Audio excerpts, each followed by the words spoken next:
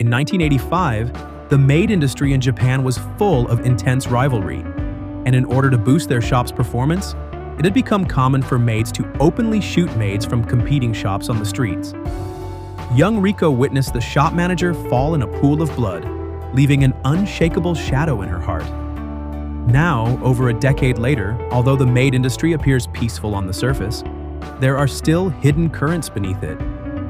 At 35 years old, Riko has chosen to remain in the maid profession while also being a cold, ruthless maid assassin. One day, a new maid joins the shop. 17-year-old Kumi, who has dreamed of being a maid since childhood, is very different from the silent Riko. She is filled with anticipation and enthusiasm for this job. The other maids in the shop find it unbelievable that someone would still dream of becoming a maid in this day and age. In the following days, although Kumi tries her best to please the customers, she is so clumsy that she ends up making a mess each time, often relying on the senior maids to smooth things over. Despite these setbacks, she doesn't get discouraged. However, something happens soon that makes her completely give up on her dream of being a maid. One day, a man suddenly enters the shop.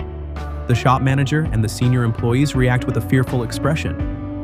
Unaware of the situation, Kumi rushes forward to greet him, but ends up having her warm greeting slapped by cold indifference. The man, with a cold and indifferent attitude, acted as though he couldn't see her at all. Just as the manager was about to leave, he was called over.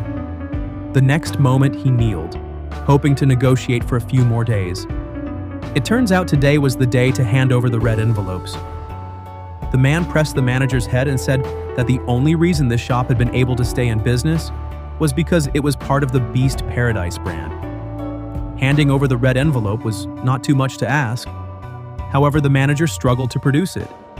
Seeing he couldn't manage it, the man pointed to Kumi and told her to handle the Guyu rabbit matter. In exchange, the red envelope could be delayed for a few more days.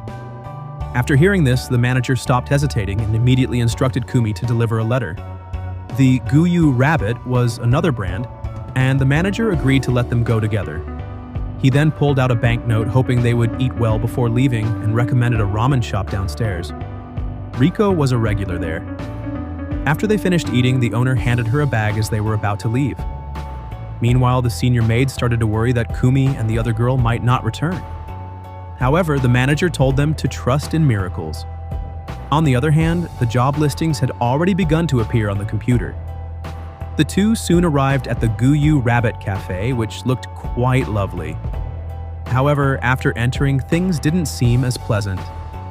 A bunny girl holding a knife was screaming as she reluctantly cut off her hair.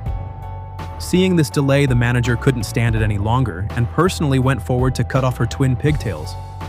The delicate Kumi was so frightened that she fumbled and quickly handed over the envelope to her. Kumi was stunned. Wasn't this a challenge letter? It seemed like they were setting her up to be the scapegoat. Before she could explain, a slap came flying at her. Kumi was completely dazed, but the second slap quickly followed. The third slap landed, and after that, a hole was drilled through the opponent's forehead. The person who fired the shot was Riko, who was tough and silent, and the bag she had contained the gun. Riko calmly pulled Kumi away. At that moment, the employees of the Moon Bunny Cafe finally realized what was happening and started grabbing their gear to chase after them. What followed was a dramatic scene. On one side, a sweet maid dance, and on the other, the violent aesthetic of the maids. Finally, there was one who barely escaped. Despite begging for mercy, Riko only told her, "Safe travels," before striking a cool pose and ending her life. Under the moonlight, Riko, dressed in her maid outfit, looked incredibly stylish, but she wasn't the type of maid Kumi had dreamed of.